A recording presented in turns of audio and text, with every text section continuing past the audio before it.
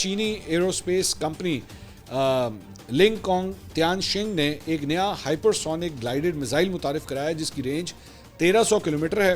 آواز کی رفتار سے 7 گنا زیادہ تیز رفتار کے حامل اس میزائل کا نام YKJ-1000 ہے. تاہم اسے سیمنٹ کوٹڈ میزائل بھی کہا جا رہا ہے کیونکہ اس کی حرارت برداشت کرنے والی بیرونی تہہ میں فوم کانکریٹ جیسے عام تعمیراتی مواد جو ہے اسے استعمال کیا گیا ہے.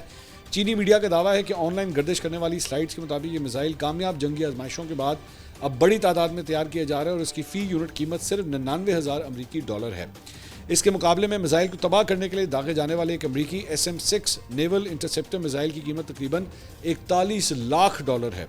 یعنی کہ ایک YKJ-1000 کی قیمت سے 40 گنا زیادہ. اور اس طرح امریکی تھارڈ میزائل ڈیفنس سسٹم کی ایک انٹرسیپٹر کی قیمت 1 کروڑ 20 لاکھ سے 1 کروڑ 50 لاکھ ڈالر تک ہے. چینی میڈیا کے مطابق اس کم لاگت حملہ آور میزائل اور مہنگے دفاعی نظاموں کے درمیان یہ بڑا فرق مستقبل میں جنگی حکمت عملی کا توازن جو ہے وہ بدل سکتا ہے.